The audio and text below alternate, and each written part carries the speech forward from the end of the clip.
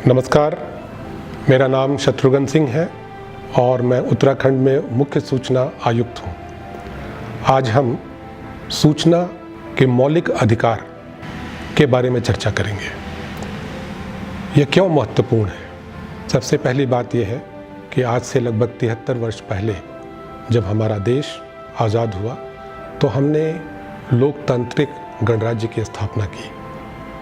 प्रजातंत्र के इस स्वरूप में जनता के चुने हुए प्रतिनिधि जनता के उपलक्ष्य में नीति का निर्धारण करते हैं, योजनाएं चलाते हैं, हमारे रोज़मर्रा की ज़िंदगी के बारे में तरह तरह के निर्णय लेते हैं। चूँकि वो सभी जनता के उपलक्ष्य में काम करते हैं, इसलिए आम जनता को यह जानने का अधिकार है कि उनके द्वारा जो निर्णय लिए जा रहे हैं, उनके द्वारा जो योजनाएं कार्यान्वित की जा रही हैं, उनके द्वारा जो हमारे दैनिक जीवन के साथ जो भी निर्णय लिए जा रहे हैं वो सब उच्च कोटि के हैं अथवा नहीं।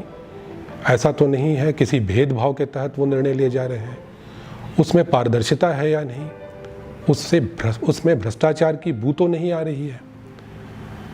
इन सब को जानने के लिए यह आवश्यक है कि जनता इस स्थिति में पहुँचे कि जनता के चुने हुए प्रतिनिधियों से या राज्य सरकार की किसी इकाई से उनके कार्यकरण के बारे में वो कोई भी प्रश्न पूछ सके। इसीलिए सूचना का अधिकार मौलिक अधिकार के रूप में माना गया है।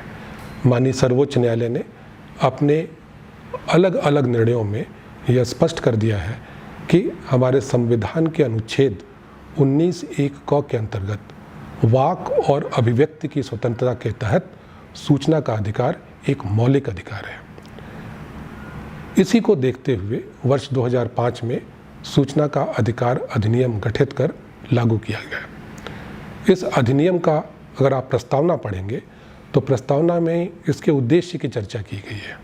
उसमें यह कहा गया है कि सभी लोक प्राधिकरणों के कार्यकरण में पारदर्शिता लाने के लिए, उनकी जवाबदेही तय करने के लिए यह अधिनियम बनाया जा रहा है। यह इसका उद्देश्य है। साथ ही अधिनियम में यह भी व्यवस्था है कि कहीं ऐसा न हो कि सूचना मांगने के सिलसिले में इस प्रकार की सूचना मांग ली जाए या इतनी अधिक सूचना मांग ली जाए कि जिन इकाइयों के कार्य की हम समीक्षा करना चाहते हैं वो केवल सूचना देने में लग जाए और अपना आम कार्य नहीं कर पाए। इन दोनों में एक विरोधाभास होता है, यानी सूचना को प्रकट करना और सरकारी इकाइयों के कार्यकरण में हस्तक्षेप या उनका कार्य विपरीत रूप से प्रभावित होना। सूचना का अधिकार अधिनियम इन दोनों विरोधाभासों को भी दूर करने का प्रयत्न करता है।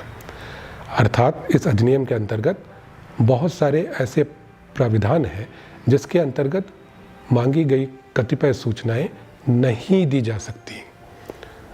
अभी इसके बाद जब विशेषज्ञ इसके बारे में चर्चा करेंगे तो अधिनियम की विभिन्न व्यवस्थाओं के बारे में बताएंगे। मैं तो मूल रूप से केवल इतना कहना चाहूँगा कि जनता के चुने हुए प्रतिनिधि अथवा लोक सेवकों के रूप में हम सब का यह दायित्व बनता है कि तकनीकी बिंदुओं में पढ़ने के बगैर हम सूचना को प्रकट करने में रुचि लें, क्योंकि यह हमारे प्रजातंत्र का मूलभूत व्यवस्था है। बहुत सारे समय ऐसा हो सकता है कि जो सूचनाएं मांगी जा रही हैं वे किसी गलत उद्देश्य से प्रेरित हों। हमें उद्देश्यों की चिंता नहीं करनी है, हमें देखना है कि सूचना का अधिकार अधिनियम के अंतर्गत मांगी गई सूचना देय है अथवा नहीं। हमें तकनीकियों में नहीं पढ़ना है। बहुत सारी लोक सूचना अधिकारी तकनीकी प्रश्न खड़ा कर देते हैं, ये तो प्रश्न के रूप में सूचना मांगी गई है, इसमें तो हमें गवेषणा करनी पड़ेगी। ये सब चीज़ें तब तक सही है जब तक कि वास्तव में उस सूचना को प्रकट करने में अत्यधिक श्रम या संसाधन लगाना आवश्यक हो। यदि ऐसा नहीं है तो किसी तकनीकी पॉइंट में पढ़ने के बजाय बेहतर यह होगा कि हम एक कदम आगे चलकर सूचना को प्रकट करने का प्रयास करें। मुझे उम्मीद है कि आज जो बातें आपको बताई जाएंगी उससे अधिनियम की व्यवस्था के बारे में आपको जानकारी होगी और जिस उद्देश्य से राज्य सूचना आयोग काम कर रहा है उन उद्देश्यों की पूर्ति करने में हमें सहायता प्राप्त होगी। आप सबको मेरी ओर से शुभकामनाएं।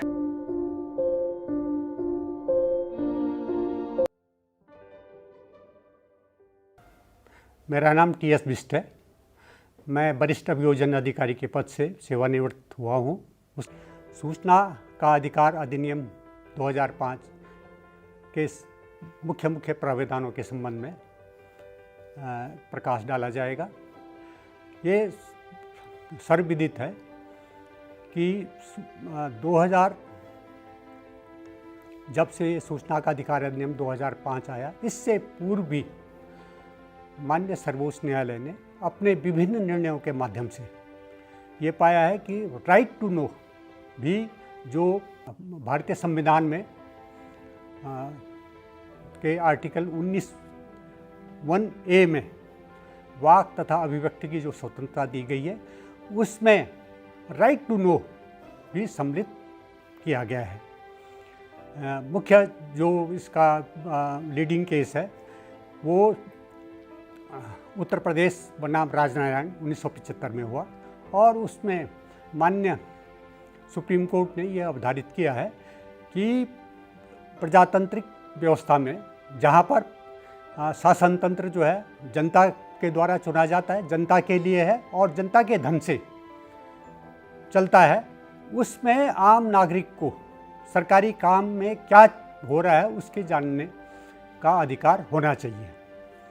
यद्यपि इस प्रकार से एक प्रकार से हमारे मूल अधिकारों में सम्मिलित किया गया है, लेकिन इस मूल अधिकार को किस रूप में व्यवहार में कैसे इसको कार्य रूप में लाया जाए, इसके लिए भारत सरकार ने पहले फ्रीडम ऑफ इंफॉर्मेशन एक्ट 2002 बनाया, लेकिन उसके प्रावधान इतने व्यापक नहीं थे और उसको बदल करके 15 जून 2005 को जो है सूचना का अधिनियम 2005 प्रख्यापित किया गया।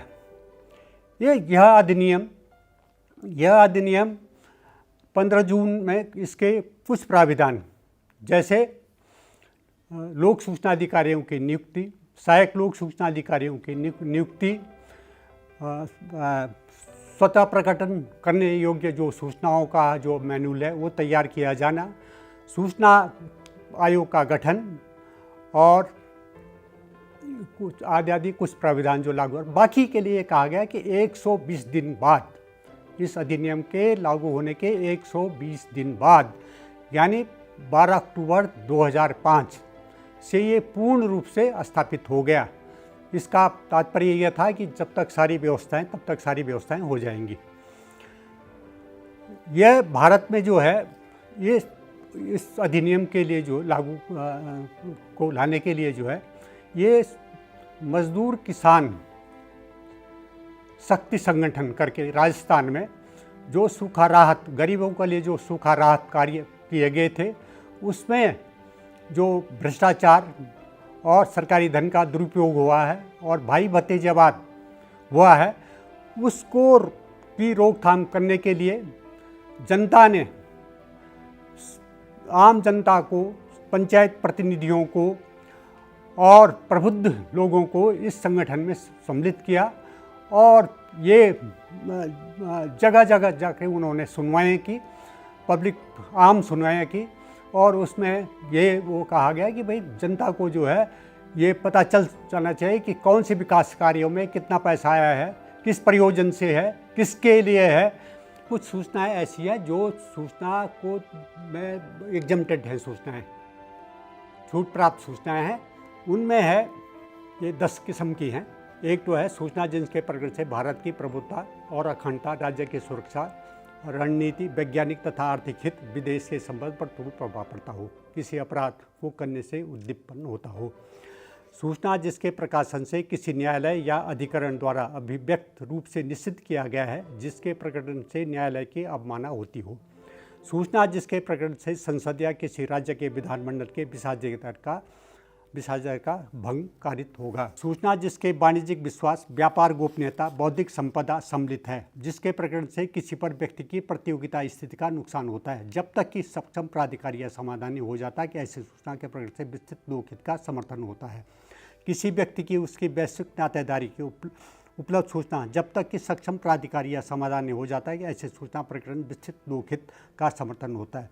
किसी विदेश सरकार के विश्वास में प्राप्त सूचना, सूचना जिसके प्रकरण करना किसी व्यक्ति के जीवन या शारीरिक सुरक्षा के खतरे में डालेगा या विधि परिवर्तन या सुरक्षा प्रयोजन के लिए विश्वास में दी गई किसी सूचना या सहायता के स्रोत की पहचान करेगा। सूचना जिससे अपराधियों के अन्वेषण, पकड़े जाने या अभियोजन की क्रिया में अड़चन पड़ेगी। मंत्रिमंडल के कागजात जिसमें मंत्रिपरिषद के सचिवों और अन्य अधिकारियों के विचार विमर्श का अभिलेख सम्मिलित है। यह कि मंत्रिपरिषद का विनिश्चय, उनके कारण तथा यह सामग्री जिसके आधार पर विनिश्चय किए गए थे, विनिश्चय किए जाने और विषय का पूरा या समाप्त हो जाने के पश्चात जनता को उपलब्ध कराए जाएंगे। परंतु यह और कि विषय जो इस धारा में निर्दिष्ट छूटों से अंतर्गत आते हैं प्रकट नहीं किए जाएंगे। सूचना जो व्यक्तिगत सूचना है, पर्सनल इन्फॉर्मेशन है, निजी सूचनाएं हैं, वो नहीं दिए जाएंगी। इसमें माननीय सुप्रीम कोर्ट ने भी अभी 2018 में 9 जजेज की संविधान पीठ ने जो है निष्ठा का जो अधिकार है ये फंडामेंटल राइट है कि नहीं, इस विषय पर जो है विस्तृत आदेश, एक मत का आदेश 9 जज ने किया है। लेकिन जो सूचना ये छूट प्राप्त है, लेकिन यदि आवेदनकर्ता इसको देने में जो है व्यापक लोकहित ज़्यादा है तो ये छूट के बावजूद भी ये सूचनाएं देय होंगी। इसके अलावा ये कहा गया है कि सूचना के अधिकार के अधिनियम में सूचना को धारित रखने के लिए कोई समयावधि नहीं दी गई है।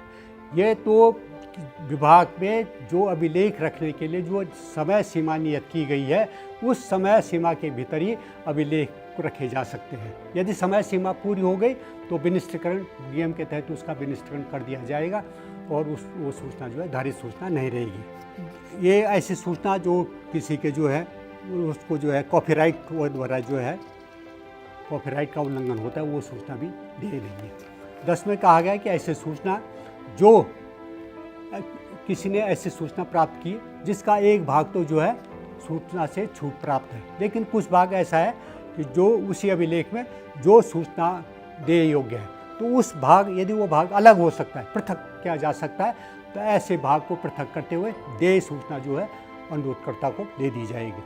धारा क्या कहता है कि पर व्यक्ति की सूचना, थर्ड पार्टी की सूचना, थर्ड पार्टी क्या है, जिसने अनुरोध किया है उससे भिन्न कोई भी व्यक्ति जो है थर्ड पार्टी है। और थर्ड पार्टी की सूचना के संबंध में इसमें सच है कि जब भी अनुरोध पत्र प्राप्त होगा ऐसी सूचना जो तीसरे व्यक्ति से संबंधित या उसके द्वारा उपलब्ध कराई गई है।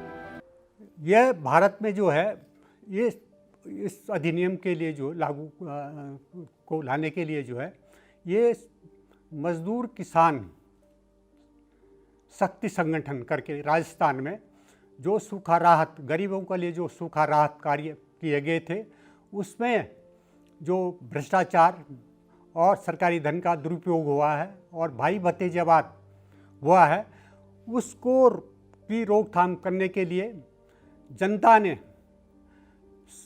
आम जनता को, पंचायत प्रतिनिधियों को और प्रबुद्ध लोगों को इस संगठन में सम्मिलित किया और ये जगह जगह जाके उन्होंने सुनवाएं की, पब्लिक आम सुनवाएं की और उसमें ये वो कहा गया कि भाई जनता को जो है ये पता चल जाना चाहिए कि कौन से विकास कार्यों में कितना पैसा आया है, किस प्रयोजन से है, किसके लिए है। जब तक ये जानकारी नहीं होगी तब तक जो है इसमें भ्रष्टाचार होगा। जो इसके लाभान्वित होने चाहिए उनको नहीं मिलेगा, बल्कि जिनकी पहुंच है या वो है उनको ये दिया जाएगा और भ्रष्टाचार होगा। इसलिए भ्रष्टाचार को उजागर करने के लिए इस मजदूर किसान शक्ति संगठन ने एक व्यापक जन आंदोलन वहाँ राजस्थान में शुरू किया और ये आंदोलन ग्रामीण क्षेत्र से शुरू होते होते ये राजस्थान तक, वो जयपुर तक जो है ये पहुँच गया और उसमें करीब 70 संगठन जो है, विभिन्न संगठन इसमें जुड़ गए।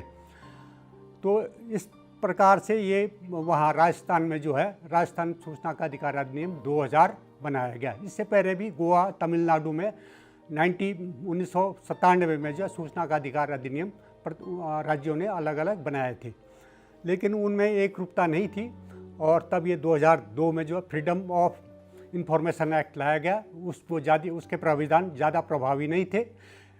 इस अधिनियम को ज़्यादा प्रभावी बनाने के लिए ये सूचना का अधिकार अधिनियम 2005 बनाया गया। इस अधिनियम की का मुख्य उद्देश्य जो है आम एक तो सरकारी कार्यकरण में पारदर्शिता और जवाबदेही लाना है ताकि भ्रष्टाचार पर अंकुश किया जा सके और आम नागरिक को सशक्त बनाया जा सके ताकि वो इस सूचना के अधिकार के अधिनियम के अंतर्गत यह जान सके कि भाई कौन कौन से निर्माण कार्य, कौन कौन सी योजनाएं किस पर्पज़ के लिए हैं और इसका सही ढंग से जो है क्रियान्वयन हो रहा है या नहीं, इसके लिए एक्ट लाया गया। इसके कुल जो है 30 धाराएं हैं। इसमें मुख्य रूप से जो है धारा 1 से लेकर के और 11 तक की हैं। बाकी जो आम नागरिक के उसके मतलब की हैं। इसमें मुख्यतः मैं ये बताना चाहूँगा कि सूचना किसी भी सामग्री के रूप में कोई भी ऐसी अभिलेख, चाहे वो डॉक्यूमेंट के रूप में हो, अभिलेख के रूप में हो, ईमेल के रूप में हो, लॉग बुक के रूप में हो, सलाह के रूप में हो, मत के रूप में हो या इलेक्ट्रॉनिक्स रूप से जो धारित समस्त अभिलेख जो हैं सूचना के अधिकार के सूचना में सम्मिलित हैं। अब सवाल होता है कि सूचना के अधिकार में क्या मांग की जा सकती है।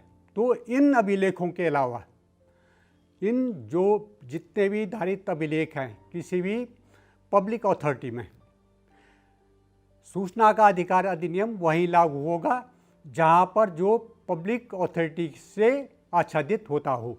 पब्लिक अथॉरिटी वो चीज़ें हैं उसमें सम्मिलित हैं जो एक तो भारतीय संविधान में जिन जिन संस्थाओं का, निकायों का व्यवस्था की गई है वो कहलाती हैं कॉन्स्टिट्यूशनल अथॉरिटी। उसके बाद आती है स्टैच्यूटरी अथॉरिटी। स्टैच्यूटरी अथॉरिटी में भारतीय संसद द्वारा या राज्य विधानमंडल द्वारा पारित जितने भी अधिनियम हैं उनके द्वारा जो कार्यालय, संस्थाएं, निकाय गठित की जाती हैं वो और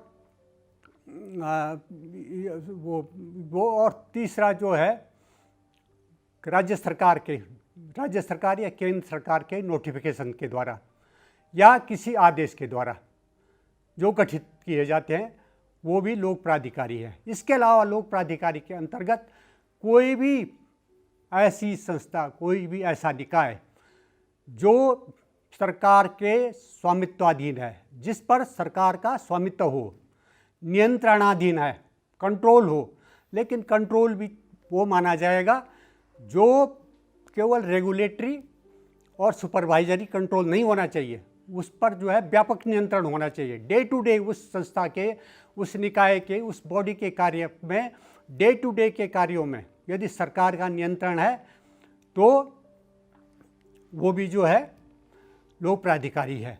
और फिर इसके आगे ये चीज़ आती है कोई भी एनजीओ जो सब्सटेंशली फाइनेंस हो, सारभूत रूप से जो सरकार से वित्त पोषित हो, लेकिन वो वित्त पोषित भी ऐसा होना चाहिए कि यदि बना किसी एक स्कूल में जो है एक कमरे के लिए जो है विधायक निधि से या सांसद निधि से कोई कमरा बनाने के दिया जाएगा तो वो सांसद निधि वो जो है सब्सटेंशियल फाइनेंस नहीं होगा।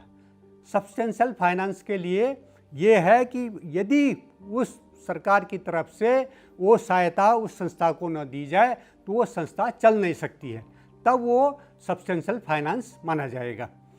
तो ये जो इन चीज़ से आच्छादित होती है, इसका मोटे मोटे रूप से जितने भी सभी सरकारी कार्यालय और सारी संस्थाएं,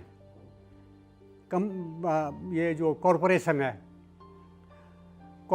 है वो, और कोई भी ऐसी निजी संस्थाएं जो जो सब्सटेंशियली फाइनेंस, सरकार से सब्सटेंशियल फाइनेंस होती है, वो पब्लिक अथॉरिटी हैं। तो पब्लिक अथॉरिटी पर ये सूचना का अधिकार अधिनियम लागू होता है। इस अधिनियम के अंतर्गत नागरिक को ही नागरिक केवल सिटीजन सूचना प्राप्त कर सकता है। सिटीजन दो रूप में होते हैं भाई, एक तो यहाँ का भारत का नागरिक, एक विदेश का नागरिक। एक काल्पनिक व्यक्ति होते हैं, जैसा कोई फर्म है, कंपनी है, संस्था है, रजिस्टर्ड संस्था है, वो भी जो है, वो जो पर्सन जो है, एक पर्सन जो है वो लीगल एंटिटीज है, लेकिन वो नागरिक नहीं है। तो सूचना जो है केवल नागरिक मांग सकता है। अब इसमें आता है कि क्या क्या सूचना जो है, सूचना जो अभिलेखों में धारित है वो सूचना आदमी मांग सकता है। और ये सूचना को जो है आप उस सूचना का जो है क्या कर सकते हैं, जो काम हुआ है उस काम का निरीक्षण भी की मांग भी कर सकते हैं। वो अभिलेख, उसमें जो है अभिलेख की मांग भी कर सकते हैं। और इलेक्ट्रॉनिक रूप से धारित कोई भी सूचना उसकी मांग की जा सकती है। अब सवाल आता है कि इसको जो है कि आप किससे ये मांग करेंगे। इसके लिए प्रत्येक लोक प्राधिकारी में अपने संगठन के कार्य के हिसाब से और उसके हिसाब से लोक सूचना अधिकारी नियुक्त किए गए हैं। एक तो लोक सूचना अधिकारी है और एक सहायक लोक सूचना अधिकारी नियुक्त किए गए हैं। लोक सूचना अधिकारी को जब कोई भी सूचना का आवेदन पत्र दिया जाता है तो उसे 30 दिन के अंदर, वैसे तो ये कहा गया है उसमें यथाशीघ्र सूचना दे देनी चाहिए और अधिकतम समय सीमा उसमें 30 दिन की नियत की गई है। 30 दिन में उसको हर हालत में जो है सूचना देनी होगी। एक होता है यदि वो नहीं देता है तो उसमें पेनाल्टी का वो और विभागीय कार्रवाई का भागीदार हो जाएगा। एक होता है फिर सहायक लोक सूचना अधिकारी। दूरस्थ क्षेत्रों में जिन लोक प्राधिकारी के कार्यालय दूरस्थ क्षेत्रों में नहीं है, उनमें एक सहायक लोक सूचना अधिकारी नियुक्त किए जाते हैं तहसील स्तर पर या विकासखंड स्तर पर। उनका काम केवल इतना भर है कि अगर कोई आवेदक उनको सूचना का अनुरोध पत्र देता है, उस अनुरोध पत्र को वो प्राप्त करना। यदि कोई प्रथम अपील देता है तो प्रथम अपील अधिकारी को उस अपील को भेजना होता है। यदि कोई द्वितीय अपील देता है, उस द्वितीय अपील को सूचना आयोग में, संबंधित सूचना आयोग में भेजना होता है। वो न तो किसी सूचना देने के लिए वो अधिकृत है और इसके अलावा उसका एक किस्म से ये डाकिया का काम है। और उसमें जो समय सीमा जो 30 दिन की है, वो 30 दिन के बजाय जो है 5 दिन और 35 दिन की समय सीमा सूचना देने के लिए मानी जाएगी। अब सूचना का अनुरोध पत्र जो है, इसके जो लोक सूचना अधिकारी है वो सूचना को यदि उसके पास धारित है, क्योंकि एक कार्यालय है वहाँ एक लोक सूचना अधिकारी है, तो सारी फाइल तो लोक सूचना अधिकारी के पास नहीं होगी। अलग से कोई लोक सूचना अधिकारी नहीं, बजाय विभाग के अंदर जो अपना कार्य करता है उसको एक लोक सूचना अधिकारी का जो है अतिरिक्त कार्य दिया जाता है। और उस अतिरिक्त कार्य में जो सूचनाएं मांगी गई हैं, जो उसके पटल से संबंधित होंगी, उसको तो वो स्वयं देगा। और जो उस कार्यालय के विभिन्न पटलों में संबंधित है, उसको वो अन्य पटल के सहायकों से जो है सहायता प्राप्त करेगा और ये ऐसी सहायता वो लिखित में देगा। सहायता प्राप्त करने के बाद वो व्यक्ति जिससे वो सहायता ले रहा है वो उसको सूचना देने के लिए बाध्य है। और यदि वो सूचना नहीं देता है प्रयास करने के बावजूद भी, तो क्या समझा जाएगा, डीम्ड लोक सूचना अधिकारी समझा जाएगा। और यदि सूचना देने में देरी होती है, गलत सूचना उसके द्वारा दी जाती है, तो वो जो है सूचना आयोग में दंड का भागीदारी हो जाएगा। ये है। अब फिर एक है सूचना का अनुरोध पत्र। सूचना का अनुरोध पत्र जो है कोई भी नागरिक लिखित में या इलेक्ट्रॉनिक माध्यम से दे सकता है। वो हिंदी में हो सकता है, इंग्लिश में हो सकता है। यहाँ उत्तराखंड में तो केवल ये 2 भाषाएं हैं, लेकिन कुछ राज्य ऐसे हैं जिनमें अपनी जो है ऑफिशियल लैंग्वेज जो है अन्य भाषाओं, जैसे पंजाब में गुरुमुखी में है, गुजरात में गुजराती में है, अन्य राज्यों में कुछ ऐसा है। वहाँ विकल्प ये भी है कि उस राजभाषा में भी वो अपना अनुरोध पत्र दे सकता है। अनुरोध पत्र के साथ उसे 10 रुपये का जो है शुल्क देना होता है। या तो वो डायरेक्ट कार्यालय में जा करके जमा करके रसीद ले करके प्राप्त करके उसको रसीद को जो है सूचना के अनुरोध पत्र के साथ संलग्न करेगा, या उसको जो है डिमांड ड्राफ्ट के द्वारा, बैंकर्स चेक के द्वारा, या ये भारतीय पोस्टल ऑर्डर के द्वारा, या उत्तराखंड में विशेष रूप से ये उसके नॉन जुडिशियल स्टाम्प पेपर के माध्यम से भी सूचना का अनुरोध पत्र के शुल्क के रूप में दिया जा सकता है। अब सूचना मांगने के लिए न तो हमें कोई कारण दर्शित करना होता है और न हम कोई एक लोक सूचना अधिकारी यही नहीं पूछ सकता भाई किस लिए आपको सूचना चाहिए, कोई हमें इसका उद्देश्य दर्शित करना नहीं होता है, और केवल पता भी इतना लिखना होगा कि जो डाक लोक सूचना अधिकारी हमें भेजेगा वो उस पते पर पहुंच जाए। इसके अलावा हमें अपनी कोई पर्सनल डिटेल नहीं देनी है, न तो हमें अपना मोबाइल नंबर देना है, न ईमेल नंबर देना है, या कोई जो उसकी निजी सूचना है वो नहीं देनी है।